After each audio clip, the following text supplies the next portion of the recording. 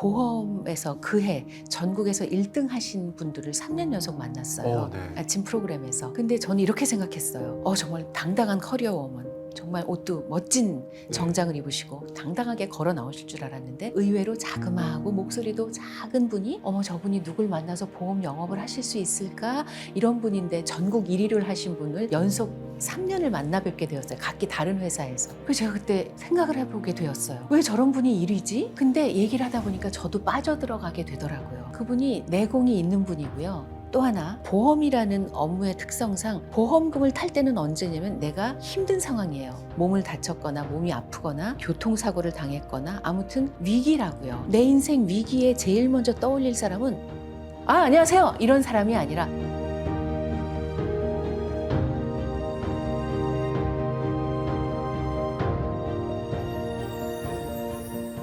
안녕하세요. 하와이 대저택입니다. 여러분, 우리는 좋은 사람, 좋은 부모가 되기 위해 정말 애를 씁니다. 근데 정작 나를 돌보는 그런 방법은 배운 적이 없어요. 잘 살고 있다고 믿고 살고 있었는데 어느 날 요즘 어때? 라는 무언가 다정한 그 한마디에 마음이 왈칵 무너져 내리는 순간이 찾아오기도 합니다. 오늘은 나를 해치지 않으면서 사람과 사람 사이에 적정한 그 온도를 지키는 법, 그 이야기를 가장 잘 해주실 그 분을 이렇게 어렵게 모셨습니다. 공감의 시작은 타인이 아니라 바로 나여야 한다라는 메시지를 주고 계신데요. 공감에 관하여의 저자이시자 대한민국의 마음을 여는 목소리 이금희 아나운서님 모셨습니다. 어서 오십시오. 안녕하십니까. 반갑습니다. 안녕하세요. 하와이 대저택 구독자 여러분 반갑습니다. 이금희입니다. 공감에 관하여라는 책과 모두 행복해지는 말이라는 책 두 권을 거의 비슷한 시기에 내게 되었고요. 덕분에 이렇게 좋은 자리에 초대받아 오게 되었습니다. 제가 오늘 나누게 될 이야기가 여러분에게 얼마나 또 어떻게 도움이 될지 모르겠지만 꼭 한 분에게라도 도움이 되었으면 하는 마음으로 시작해 보겠습니다.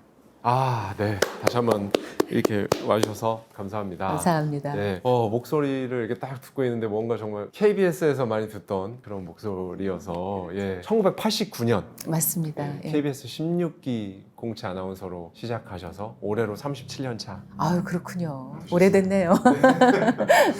아침마당은 참고로 생방송이었죠. 그렇습니다. 그동안 수많은 이야기를 방송과 라디오에서 들어오셨을 텐데요. 많은 키워드 중에 유독 이 공감에 관하여잖아요. 책의 제목도요. 이 공감을 핵심 키워드 화두로 삼으신 이유가 무엇일지 여쭙고 싶습니다. 실제 제가 만나본 분들이 다 이 얘기를 하셨기 때문이에요. 제가 지난번 책을 2022년 10월에 내고 한 3년여 강연을 많이 다녔는데요. 전국 어디를 가든 거의 모든 한 분도 빼놓지 않은 4050 이 중년 세대가 2030을 이해하기 어렵다, 소통하기 어렵다, 공감하기 어렵다. 또 제가 만나오고 제가 봐온 2030 젊은 세대들은 그런 얘기조차 잘 꺼내지 않습니다. 네. 어느 정도는 좀 단념한다고 할까요? 포기한다고 할까요? 어른들과의 소통은 불가능에 가깝지라고 생각하는 것처럼 보였어요. 그런데 저는 그 두 사이의 틈새가 저에겐 보였고 그 틈새를 어떻게든 연결해 드릴 수 있지 않을까, 메워 드릴 수 있지 않을까 이런 생각을 하게 되었어요. 제가 데이터가 많잖아요. 방송을 통해서도 또 모교에서 강의를 통해서도 쌓은 데이터가 많으니까 양쪽 세대를 좀 연결해 드리고 싶다. 그렇다면 6070은 이 책을 보면 안 되느냐 하실 수도 있겠지만 그건 아니고 요즘의 세대를 이해하고 싶으시다면 공감하고 싶으시다면 읽어봐 주시면 어떨까 싶은 책을 그래서 쓰게 되었습니다. 네. 정말 어떻게 보면 완벽한 양쪽의 데이터를 다 이렇게 가지고 계세요. 4050 분들을 대상으로 한 수많은 강연이나 방송이나 라디오를 통한 사연들, 그리고 숙명여대에서 22년을 넘게 강의를 하시면서 제자들하고 1:1 티타임을 그렇게 오랫동안 해 오셨다고 들었어요. 제자들하고 1:1 티타임을 하면서 가장 크게 느끼셨던 점, 그리고 또 반대로 그렇게 경청하고 공감해 주시면서 작가님께서도 깨닫거나 느끼는 점들이 분명히 있으셨을 것 같아요. 그런 부분을 한번 말씀해 주시면 너무 좋을 것 같습니다. 제가 15년 동안 한 학기에 50명, 1년에 100명, 1,500명 후배들과 1:1로 30분 남짓 티타임을 했어요. 시간으로 따지면 45,000분, 750시간. 돈도 그 정도 들었습니다. 왜냐하면 커피를 다 한 잔씩 사줘야 되니까. 그 중에 딱 한 명이 일어나면서 이런 얘기를 저에게 했어요. 어른이랑 이렇게 1:1로 얘기할 수 있을지 몰랐어요.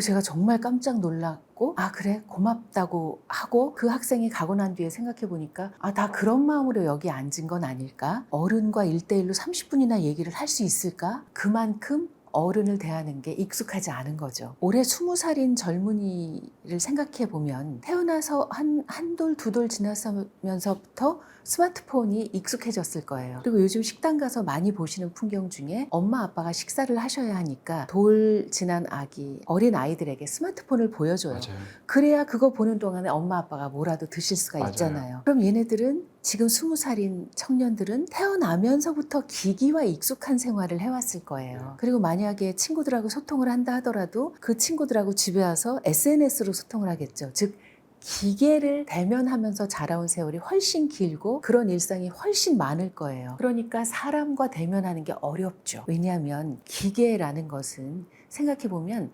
항상성이 있고 또 여기에는 변수가 별로 없어요. 네. 기계로 게임을 한다, 스마트폰으로 게임을 한다고 하면 일정 정도 시간이나 돈을 들이면 다음 단계로 넘어가는 그런 과정밖에 없어요. 그런데 사람은 일정 정도 시간과 돈을 들여도 내 사람이 되지 않기도 하고요. 처음 만났는데 갑자기 친해지기도 하고요. 사람은 변수투성이에요. 그러니까 우리 젊은이들이 변수가 없는 일상에서 변수 속으로 들어오는 게 사회생활이에요. 그러니까 사회생활 시작하기 전부터 얼마나 두렵겠어요. 우리도 만약에 늘 내가 운전을 하고 가다가 자동차가 갑자기 고장나서 대중교통을 타고 회사를 가야 돼. 그럼 가만히 있어봐. 시간이 어떻게 걸리지? 벌써 머릿속이 복잡해지잖아요. 네. 그런 것처럼 젊은 세대도 그럴 거라고 생각을 하고 그래서인지 젊은 세대들이 저랑 얘기하면서 한 3분의 1가량은 많이 울었어요. 그만큼 힘들어하고 두려워하고 외로워하고 하는 걸 느꼈고요. 제가 느낀 건 제가 부자가 된 기분이었어요. 뭐냐면 저는 솔직히 돈은 별로 없습니다.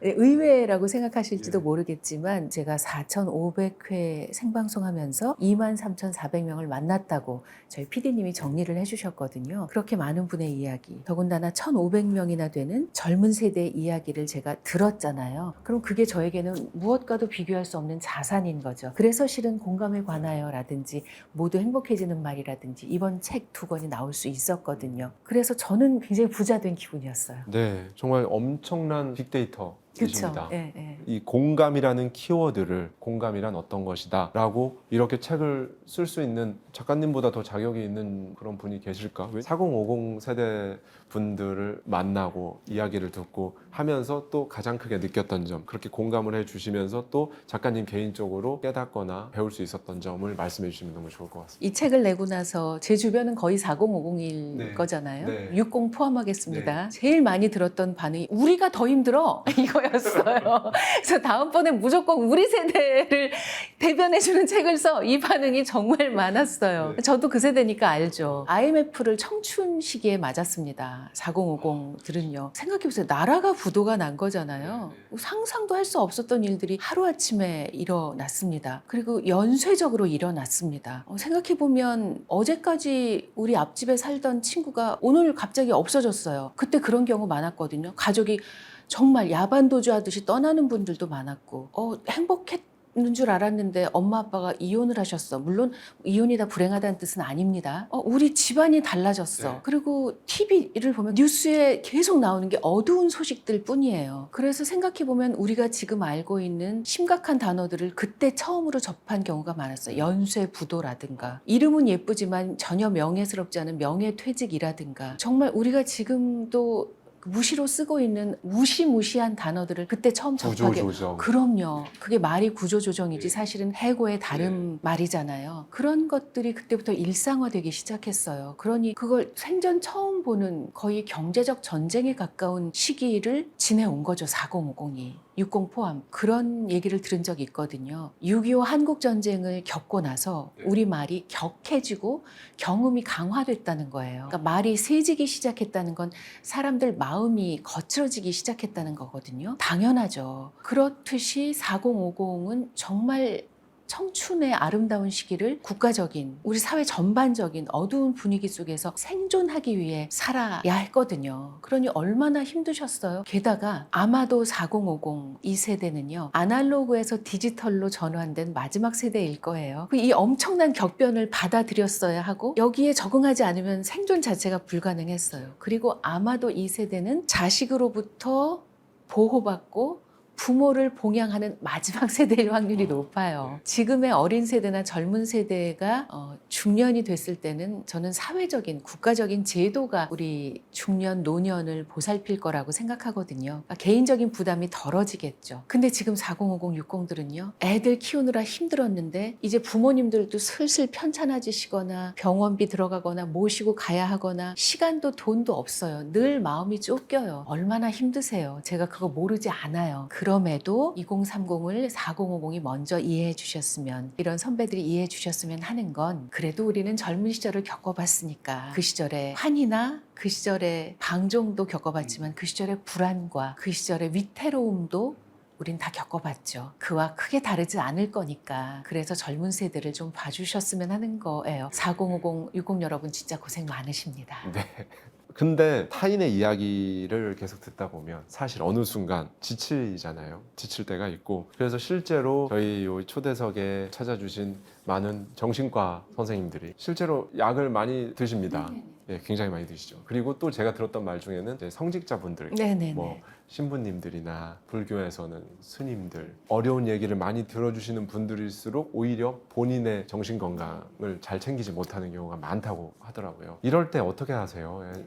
지치면 그 에너지가 떨어지고, 그러면 또 내 에너지 자체가 떨어져 있으니 공감해주기가 더 어려워질 테고, 어떻게 이런 어려운 이 악순환의 고리로 들어가지 않고 어떻게 이거를 잘 밸런스를 맞추면서 해 나가시는지 궁금합니다. 예.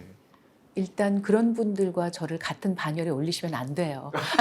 저는 그런 자격증도 없고, 저는 그런 종교인들이 도달하신 경지에 도달하지도 못했고, 그럴 사람이 못 되고요. 그런 사람도 못 됩니다. 저는 그냥 단지 왜 셰프는 아닌데 일상에서 요리를 곧잘 하네, 이 정도지 저는 셰프급이 아니에요. 그걸 먼저 분명히 말씀을 드리고, 그래서 저는 그분들처럼 힘들지 않아요. 저의 방법은 그냥 몰입과 비움인데요. 저는 1대1 티타임을 1500명하고 할 때도 늘 그런 말을 했어요. 나는 30분 동안은 정말 너의 이야기에 몰입해. 하지만 30분이 끝나면 난 다 잊어버리거나 비워내. 나는 너의 이야기 말고 생각할 게 많은 사람이야. 그래서 나에게 이런 얘기를 해주면 좋겠어 라고 얘기를 했는데, 세 가지가 있었어요. 엄마 아빠한테 의논 드리고 싶지만 엄마 아빠는 나보다 더 걱정하실 거야. 선배랑 얘기해보고 싶지만 선배가 어디 가서 내 얘기하면 어떡하지? 친구랑 의논해보면 친구는 나랑 경험치가 비슷하니까 큰 도움이 안 될 것 같아. 난 이 세계를 다 벗어날 수 있는 사람이니까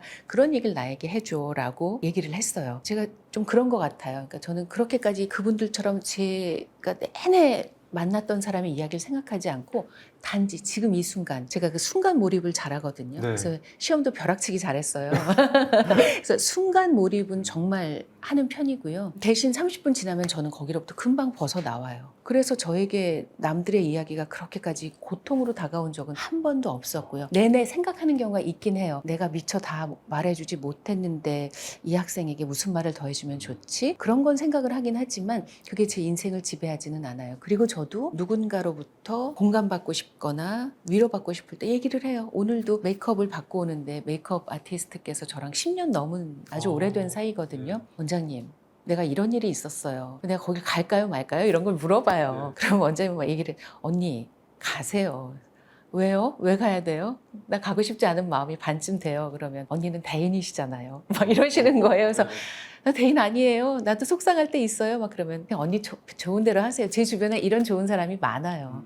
저는 심지어 조카한테도 상담을 받아요. 조카가 직장 생활을 하고 있는데 요즘 만난 사람 중에 이러이런 힘든 사람이 있었는데 일 때문에 안 만날 수가 없어. 왜 그러는 거지? 뭐 이러면 조카가, 이모, 내가 사실 직장 생활하면서 몇 년 차쯤에 그런 적이 있었어. 그래서 자기 얘기를 막 해줘요. 그럼 그게 도움이 많이 돼요. 제 주변에 좋은 사람이 많습니다. 저의 구독자님들께서 저에게 가장 많이 질문하셨던 것 중에 하나가 있는데, 마침 오늘 작가님께서 나오셔서 공감을 해주고 싶은데 이 공감하는 게 잘 안 된다. 이 공감을 어떻게 하냐. 나는 공감이 솔직히 안 되는데 이럴 때 뭐부터 시작을 해야 될지. 그러니까 이게 심지어 부부 사이에 아내가 하는 얘기에 공감을 해주고 싶은데, 또는 반대로 남편 얘기에 공감을 해주고 싶은데 공감이 솔직히 안 된다. 근데 거기서 이게 그냥 고개 끄덕이고 이렇게 하면 그거는 영혼 일도 없고. 예, 영혼이 없는 제대로 된 그런 진정한 그런 것도 아니지 않냐. 어떻게 해야 될지 모르겠다라는 그런 어려움을 가장 많이 호소를 하시거든요. 어떤 거부터 시작하세요라든지 어떤 거를 한번 바라보세요라든지 뭐가 좋을까요? 흔히 그러잖아요. 그러잖아요. 너 T야? 그러잖아요. 이제 스스로 T라고 여기는 분들 정말 힘드실 거예요. 공감을 해줘야 되나? 이거부터 의문이 드실 거예요. 왜 공감을 해줘야 되지? 자기가 알아서 해야 되는 거 아닌가? 자기 인생이니까? 이런 생각이 기본적으로 드실 거예요. 근데 요즘 AI가 워낙 활성화되다 보니까 AI한테 고민 상담을 하는 사람이 늘어난대요. 맞습니다. 상담 심리 쪽 전공하시는 교수님과 얘기를 나누다가 듣게 되었는데 AI와 상담을 하는 것의 문제는 크게 두 가지가 있을 수 있다는 거예요. 첫 번째, AI는 듣기 좋은 말만 해준대요. 그래서 만약에 AI한테 너 그거 틀린 거야? 그러면 제가 미처 몰랐어요. 이렇게 얼른 사과를 합니다. 그러니까 뭐냐면 맞춰준다는 거예요. 당연히. 그러니까 내가 듣기 좋은 말만 해주는 거죠. 근데 우리가 누군가와 얘기를 하고 상담을 하는 건 듣기 좋은 말만 들으려고 하는 건 아니잖아요. 내가 혹시 생각하지 못하는 부분이 있을까? 그런 걸 AI는 짚어주지 않는다는 거죠. 두 번째, 그러다 보니까 AI하고 상담을 하면 부끄러움도 없고 그렇잖아요. 네. 우리가 상담을 하는 건 뭔가 나의 부끄러운 부분을 노출시킨다는 맞아요. 거기도 하니까 나의 약점 이런 걸 망설여지게 되는데 AI는 그럴 게 없으니까 계속 AI하고만 상담을 하게 된다는 거예요. 그러면 조금 전에 그 첫 번째 문제, 늘 듣기 좋은 얘기만 해주는 거죠. 그게 강화되는 거죠. 그리고 점점 더 사람하고 얘기를 안 하게 되는 거예요. 얘랑 얘기하는 게 편하니까 AI하고만 얘기하게 되는다는 거예요. 그래서 좋은 상담은 AI하고 절반쯤 하고 절반쯤은 사람하고 해야 된다. 요거 먼저 말씀을 하나 네. 드리고요. 네. 생각해 보니까 제가 어린 시절에 소설을 진짜 좋아해서 뭐 소공녀 막 이런 거 있잖아요. 네네. 소설을 읽으면 제가 몰입을 잘한다고 말씀드렸잖아요. 이게 기질적인 건가 봐요. 저는 소공녀를 읽으면 제가 그 며칠간은 제가 소공녀예요. 막 이런 그렇죠. 적이 많았어요. 네네. 그리고 중고등학교 다니던 시절, 대학 다니던 때까지도 그 소설 속에 그 주인공의 문체를 막 제가 써요. 그 시기에는. 네, 그런 거 네네네, 있어요. 뭔지 네. 아시죠? 네. 금방금방 빠져들어서 내가 이 사람이 돼버리는 거죠. 근데 그게 나쁘지 않아요. 그러니까 너 T야? 라는 말을 들으시는 분, 공감을 하고 싶은데 그럼 이미 그분은 T가 아니에요. T라고 할지라도 정말 F를 이해하고 싶은 마음을 가진 T시고요. 공감을 하고 싶은데 어떻게 해야 될지 모르겠어 하는 분에게 딱 한 글자만 들려드린다면 역지사지예요. 역지사지. 네, 그런 그림이 있잖아요. 곰이라는 글자를 이쪽에서 보면 곰이지만 이쪽에서 보면 문이죠. 그러니까 이 사람이 보는 문을 내가 곰에서 보려면 문 쪽으로 오는 수밖에 없어요. 문 쪽에서 곰을 보려면 곰 쪽으로 가는 수밖에 없어요. 근데 우리에게는 마음이라는 좋은 도구가 있어서 몸은 가지 않지만 마음이 갈 수 있거든요. 그게 역지사지라고 생각하고요. 왜 공감이 안 되시는 거냐면 왜 저렇게 끌려다니지? 왜 그 사람은 친구가 아닌데 왜 그 친구한테 계속 돈을 꿔주는 거야? 이런 생각이 드는 건데요. 그렇다면 그 사람이 돼봐야 해요. 친구가 별로 없구나. 그래서 친구 하나 있는 게 정말 소중하구나. 근데 그 하나 있는 친구가 계속 돈을 꿔달라 그러고 계속 무리한 요구를 하는데 처음엔 좋은 마음으로 했지만 계속 거듭되다 보니 이건 아닐지도 몰라 라고 판단까지 했구나. 그런데 그 다음 단계를 어떻게 해야 할지 모르는구나. 왜냐하면 이 친구랑 손절을 하고 나면 더 이상 친구가 없으니까. 친구가 없는 상황을 견딜 수 있을까? 이것도 모르겠으니까. 이렇게 그 사람 입장으로 들어가서 감정이입을 해보고 역지사지를 하다 보면 이해가 가요. 나는 아니지만 이 사람이라면 그럴 수 있겠구나. 그래서 감정이입, 역지사지 이것만 하셔도 훌륭하게 공감하실 수 있을 거예요. 오히려 또 이렇게 생각하시는 분들도 있습니다. 공감을 잘해주면 나는 그냥 정말 호의로 공감을 해줬을 뿐인데 마치 이 사람은 좀 약간 물렁물렁한 사람이어서 내가 하는 말 뭐 다 거절 못하고 약간 나를 만만하게 보거나 호구로 본다거나 그렇게 인식되는 거 아닐까요? 라는 또 고민을 하시는 분들이 있습니다. 그분은 일단 좋은 분이에요. 그런 생각이 들 때까지 많이 공감을 해주시고 배려를 해주시고 상대를 위해서 마음을 쓰셨을 거예요. 그렇게까지 해오셨다면 일단 그분은 좋은 분이에요. 그리고 인간관계가 아주 중요하다고 생각을 하시고 잘 살아오신 거예요. 일단 그걸 칭찬해드리고 싶고요. 만약 그렇게 느끼신다면 그게 맞을 거예요. 나를 만만하게 볼 거고요. 나를 호구로 여기고 있는 걸 거예요. 그렇다면 거기서 결정을 해야죠. 계속 이렇게 호구로 보이거나 계속 이렇게 만만하게 보일 것인가, 아니다라고 끊어줄 것인가. 그러니까 필요하다면 정색을 하고 얘기할 필요도 있고요. 친구 사이에도 그런 경험이 필요하다고 생각합니다. 나는 너의 친구지 호구가 아니야. 나는 너의 친구지 너의 은행 계좌가 아니야. 나는 너의 친구야. 라는 걸 분명히 해둘 필요가 있습니다. 그러면 그때까지 생각하지 못했던 상대방이 그래 맞아. 가족이 아니고 친구였지. 가족도 무한정 해줄 수는 없거든요. 우정에도 한도가 있을지 몰라. 이런 생각을 할 수 있어요. 그러니까 그 순간에 어떤 판단을 하시고 어떤 결정을 내리시고 어떤 행동을 하세요. 어떤 말을 하시든가. 그게 나를 지키는 길입니다. 작가님 책을 보면서 정말 인상 깊었던 부분이 공감을 하면 결국 가장 먼저 구원받는 쪽도 나. 이게 이제 뭐 자존감이나 일에서의 주도권 뭐 이런 것하고 이제 책에서 쭉 연결돼서 굉장히 쉽게 이해하기 쉽게 풀어주셨는데 이 부분 한번 얘기해 주시면 너무 좋을 것 같습니다. 공감을 잘 하시는 분들은 저는 그런 DNA를 타고나신 것 같아요. 그래서 그런 분들은 인간관계에서 내가 더 이상 마음을 주지 않아야지 하면 그게 불편하실 거예요. 맞아요. 그런 분들은 그냥 하고 싶은 대로 베푸시는 게 마음 편하신 거예요. 내 DNA를 인정하시고 그렇게 할 때 내가 행복하거든요. 그리고 이분은 진정한 인간관계를 아시는 분이고 인생의 진정한 만족과 행복을 아시는 분인 거죠. 그래서 행복 쪽에 한 발 더 가까이 가 계실 확률이 높아요. 그게 일단 공감이 나를 구원한다는 첫 번째 설명이 될 수 있을 것 같고요. 두 번째는 제가 보험에서 그해 전국에서 1등 하신 분들을 3년 연속 만났어요. 네. 아침 프로그램에서. 근데 저는 이렇게 생각했어요. 정말 당당한 커리어워먼. 정말 옷도 멋진 정장을 입으시고 당당하게 걸어 나오실 줄 알았는데 의외로 자그마하고 목소리도 작은 분이 저분이 누굴 만나서 보험 영업을 하실 수 있을까? 이런 분인데 전국 1위를 하신 분을 연속 3년을 만나 뵙게 되었어요. 각기 다른 회사에서. 그래서 제가 그때 생각을 해보게 되었어요. 왜 저런 분이 1위지? 근데 얘기를 하다 보니까 저도 빠져들어가게 되더라고요. 그분이 내공이 있는 분이고요. 또 하나 보험이라는 업무의 특성상 보험금을 탈 때는 언제냐면 내가 힘든 상황이에요. 몸을 다쳤거나 몸이 아프거나 교통사고를 당했거나 아무튼 위기라고요. 내 인생 위기에 제일 먼저 떠올릴 사람은 안녕하세요 이런 사람이 아니라 안녕하세요. 내 얘기를 잘 들어준 사람이에요. 이 사람을 믿고 사실 보험 영업이라는 것도 잘은 모르지만 회사를 믿기도 하지만 사람을 믿고 가입하실 거 아니에요. 그리고 납입하실 거 아니에요. 그러니까 이런 차분차분 조용조용 내 말을 잘 들어주던 이 사람을 믿고 내가 보험을 들고 보험금을 납입하고 필요한 순간에 찾게 되는 거죠. 그래서 그런 분들이 3년 연속 1위로 나오셨던 건 아닐까?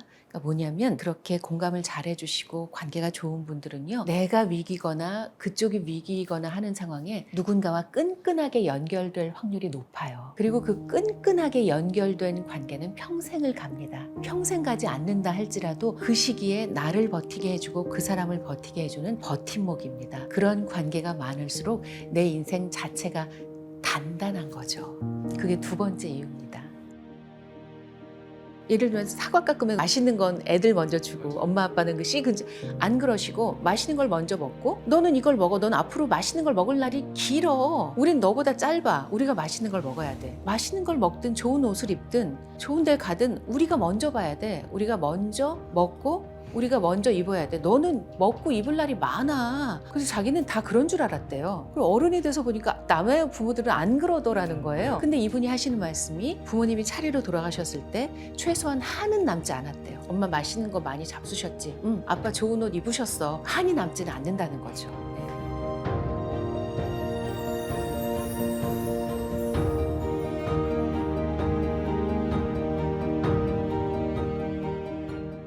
(1989년에) 이제 KBS에 입사하셨는데 지난 세기였어요. 지난 세기야.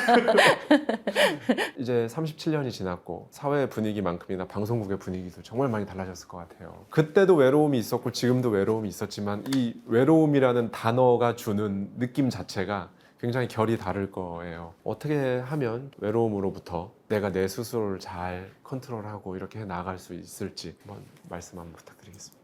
방송국에서는 제가 점차 아는 사람이 늘어났는데 지금은 점차 모르는 사람이 늘어나고 있다. 그게 저로서는 큰 변화고요. 다 아는 분들이었는데 그 아는 분들이 퇴직을 하시거나 이직을 하시거나 이렇게 돼서 제가 모르는 사람이 훨씬 많아졌고요. 그래서 매일 가는 공간인데 낯설다고 느낄 때가 있어요. 내가 이 낯선 공간에서 적응을 해야 되는 거구나. 이 낯선 사람들 사이에서 적응을 해야 되는 거구나 하는 느낌이 들고요. 아마 지금까지 자신의 분야에서 일하고 계신 제 비슷한 세대라면 저랑 비슷한 감정을 느끼실 거예요. 그래서 제가 한번 언급을 했고요. 이해받지 못하기 때문에 사람은 결국 외롭거든요. 저는 이제 결혼 안 한 미혼인데 우리 같은 미혼끼리 하는 얘기를 듣다가 기혼이 그런 얘기 하잖아요. 결혼해도 외로워. 그런 얘기 하잖아요. 왜 외로울까? 이제 미혼들은 잘 모르잖아요. 아니 옆에 늘 붙어 있잖아. 같이 밥 먹고 같이 잠자고 같이 일어나고 같이 여행 가고 같이 장 보러 가고 근데 왜 외로울까 생각을 해보면 이해받지 못한다고 느끼기 때문일 것 같아요. 그 순간 사람은 제일 외로워지죠. 그런데 중년 세대는 그래도 구조적으로 사람들 틈에서 일을 했고 사람들 틈에서 일하다 보면 이해받을 확률도 높아지죠. 근데 지금 젊은 세대는 구조적으로 사람들 틈에서 일하지 않을 확률이 더 높아졌고 네. 그러다 보니 이해받지 못할 확률도 더 높아졌다고 저는 생각을 해요. 그래서 결국 외로움을 해결하려면 이해받는 수밖에 없는데 제가 또 한 권의 책 모두 행복해지는 말은 제 주변이나 제가 라디오를 진행하고 있는데요. 청취자들이 보내주신 아이들 얘기예요. 그런 걸 제가 약간 각색을 해서 썼거든요. 근데 청취자가 이런 얘기를 보내주셨어요. 이별 노래가 방송되고 있었어요. 그 노래를 들으면서 8살 딸하고 밥 먹고 엄마는 설거지하고 딸은 식탁에 앉아있는데 엄마가 무심코 노래를 따라 부르다가 아휴 우리 딸은 상처받지 않고 컸으면 좋겠다 그렇게 말을 했대요. 근데 8살 딸이 엄마를 보고 그러더라는 거예요. 엄마, 내가 상처받지 않으려면 내가 상처 주지 않는 사람이 되면 돼요. 그게 정답이잖아요. 그러니까 내가 이해받고 싶으면 내가 이해를 먼저 해주면 돼요. 그게 정답이겠죠? 또 다른 청취자가 연초에 보내주신 사연 중엔 그런 게 있었어요. 올해 유난히 제가 새해 복 많이 받으세요라는 인사를 많이 들었어요. 그래서 올해 왜 이렇게 내가 그 인사를 많이 들었지? 생각해보니까 제가 만나는 사람마다 그 인사를 했더라고요. 저는 무척 내향적인 사람인데 올해는 결심하고 만나는 사람마다 다 해보자 싶어서 회사에 문을 열고 들어서는 순간부터 만나는 모든 사람에게 새해 복 많이 받으시라고 인사를 했더니 다 저에게 새해 복 많이 받으시라고 인사를 하시더라고요. 그래서 올해 정말 많은 복을 받았어요. 그게 정답이잖아요. 지금 작가님 말씀 듣다 보니까 이제 제가 저희 구독자님께도 그런 고민, 회사에서 인간관계 고민, 나를 싫어하는 뭔가 선배라든지 뭐 유독 나한테 툴툴거리거나 이렇게 그런 게 분명히 있단 말이죠. 그때 제가 그런 말씀을 드렸거든요. 한번 뭐 전화가 됐든 뭐 만나서든 뭐 그 사람이 나에게 이렇게 대해줬으면 하는 그 이상적인 모습을 먼저 칭찬해 보세요. 그러니까 예를 들어 항상 매번 잘 도와주셔서 감사하다. 이렇게 내가 원하는 모습을 이렇게 칭찬하면 사실 그분도 내가 그랬나? 나 그 정도까지는 아닌데? 라고 알 거지만 미안한 마음도 들면서 아니면 내가 진짜 그렇게 해준 건가? 라고 하면서 무의식적으로 그 다음에는 조금 더 신경을 써준다든지 이렇게 하면서 나중에는 결국 그렇게 좀 되어가는 상황 자체가 사람도 그렇고 그럴 겁니다 라고 좀 솔루션을 드린 적이 있는데 작가님이 보시기엔 어떠신지? 최고이십니다. 맞습니다. 정말 맞아요. 예. 마침 제가 어제 라디오 생방송을 하면서 한 청취자께서 어떤 상사가 계속 지시를 해서 그걸 수행을 하고 보고를 하면 내가 언제 이런 식으로 계속 딴 얘기를 하신다는 거예요. 근데 이게 너무 중요한 업무여서 그러면 안 되는 거라는 거예요. 그래서 제가 고작 내놓은 해법은 단체 방이 있잖아요. 그러면 거기다 미리 올리고 보고를 하세요. 다 단체가 보는 데다가 증거를 꼭 남기세요. 그러면 그분이 그걸 눈으로 확인하실 수 있으니까. 제가 내놓은 해법은 고작 그거였는데 조정식 아나운서가 아버지 얘기를 하시면서 언젠가 비슷한 고민을 했을 때 아버지가 이런 말씀을 하셨다는 거예요. 그 선배를 네가 사랑해봐. 좋아해봐.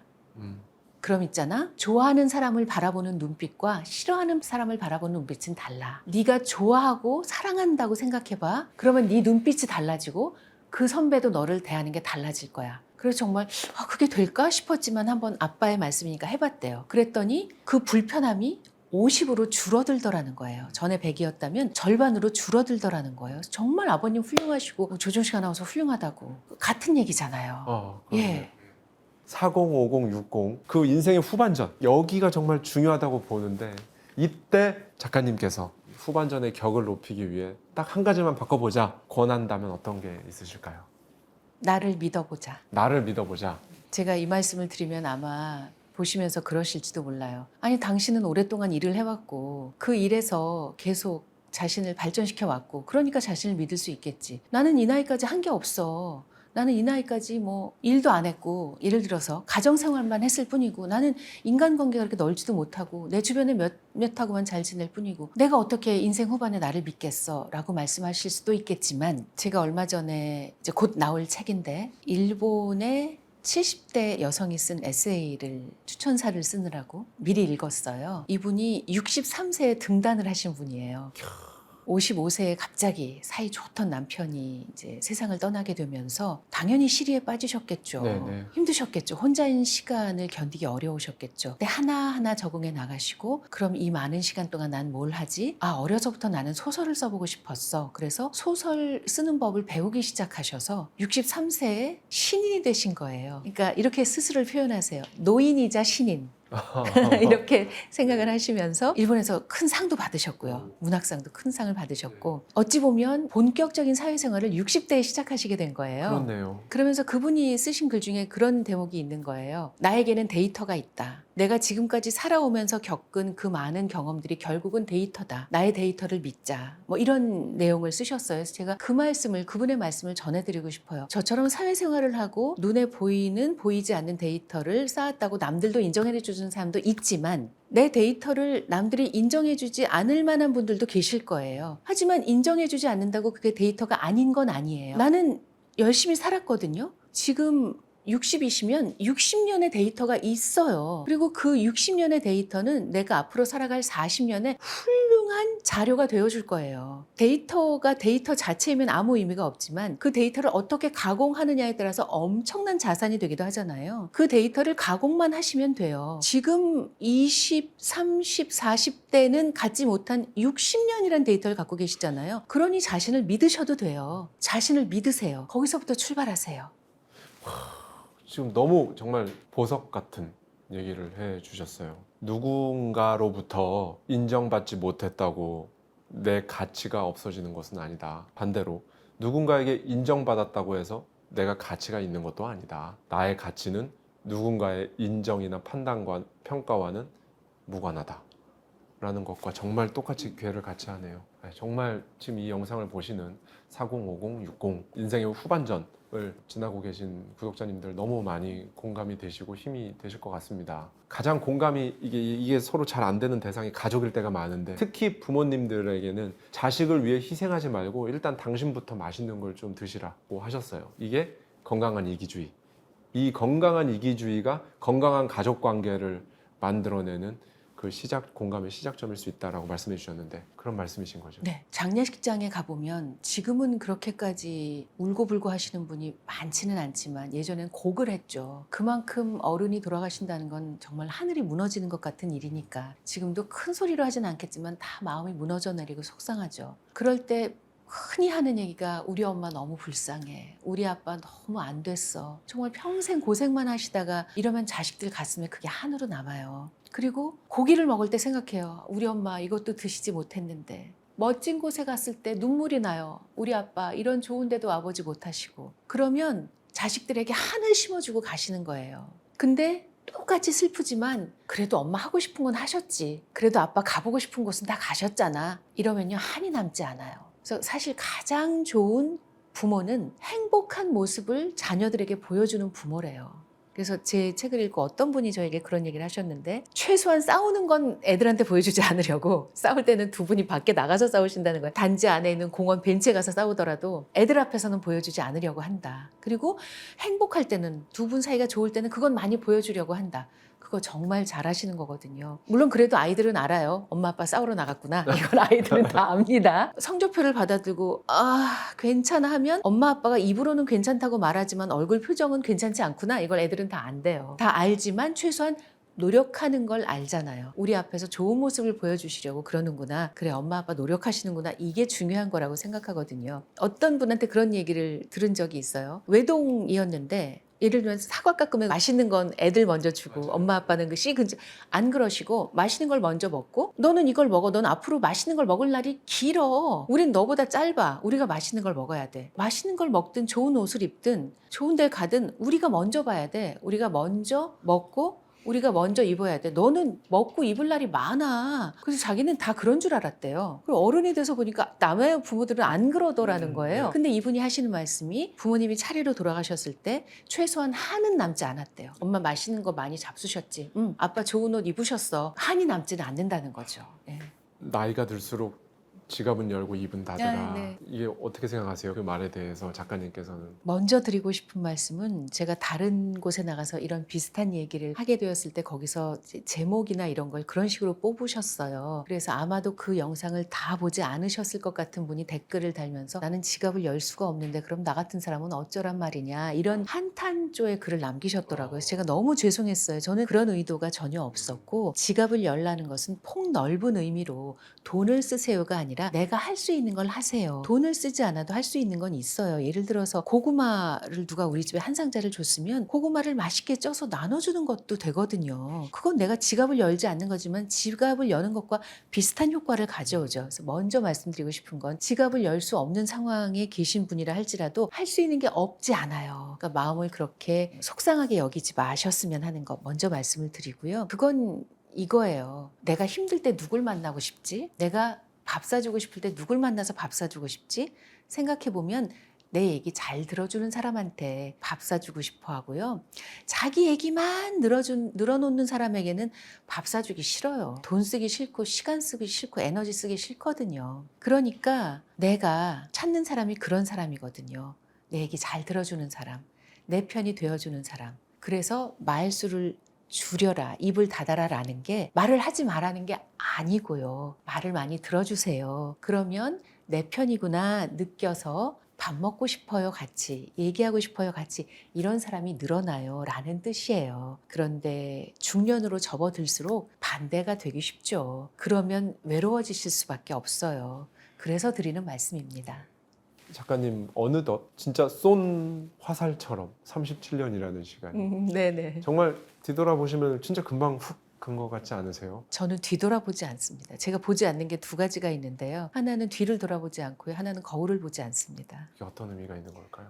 뒤돌아보면요. 후회밖에 할 게 없어요. 그런 의미에서 뒤돌아볼 필요가 없다고 생각을 해요. 만약 내가 반성할 일이 있으면 그 시점에 바로 반성하고 앞으로 그러지 말아야지 다짐만 하면 되거든요. 뒤돌아보는 건 내 인생에 큰 도움이 안 되는 것 같아요. 성찰을 하고 반성을 하지 말라는 게 아니라 뒤를 돌아보면 계속 그 아쉬움, 미련, 연민 이런 것만 남거든요. 그런 것 속에서 허우적거리기에는 내 인생이 너무 아깝죠. 거울을 보면요. 고치고 싶은 데만 보여요. 저도 몇 군데 있거든요. 겁이 많아서 못할 뿐이지 겁이 없었으면 했을지도 몰라요. 거울을 볼 때 스스로 아 좋아 아름다워 뭐 기분 좋아 이런 경우는 아침 샤워하고 나서밖에 없을 거예요. 그때는 다들 좀 팽팽해져 있고 그때는 다들 기분 좋으니까 샤워하고 나서. 근데 또 아침엔 출근해야 되니까 아침에 샤워하고 거울 보기는 쉽지 않죠. 거울을 보면 나의 단점만 보여요. 그걸 굳이 보고 단점을 어떻게 고치지? 거기에 몰두하는 시간이 아까워요. 그 시간에 할 수 있는 게 많거든요. 고구마를 쪄서 누구에게 나눠줄 수도 있고요. 그 시간에 오늘 내가 뭐 할지 생각해 볼 수도 있고요. 그 시간에 친구에게 안부를 물을 수도 있어요. 그래서 저는 과거를 돌아보지 않고 거울을 보지 않습니다. 37년간 정말 수많은 스타들을 인터뷰하시고 나타났다가 사라지는 장면들도 보시고 정말 많은 것들이 변하는 걸 이렇게 지켜봐 오셨을 텐데 그럼에도 불구하고 사실 이렇게 미디어의 환경이 급격하게 재편되고 있는 이런 상황에서도 여전히 이금희 아나운서, 이금희 작가라는 이 존재는 대체 불가능한 단 하나의 본질이라고 볼 수 있거든요.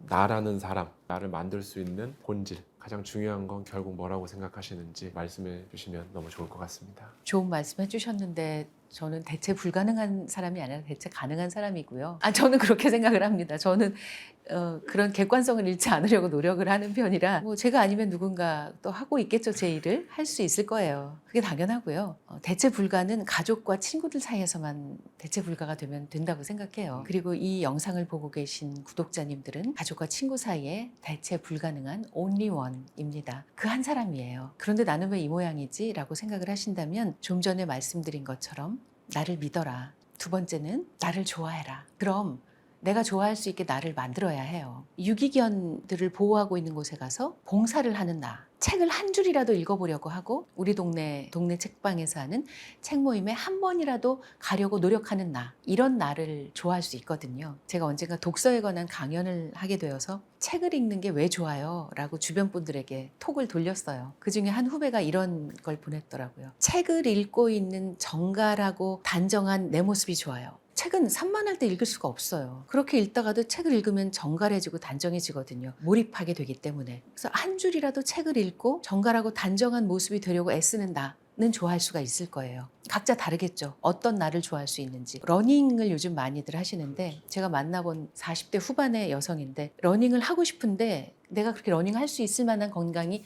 아니었대요. 그래서 이렇게 마음을 먹었대요. 오늘은 10초만 뛰자.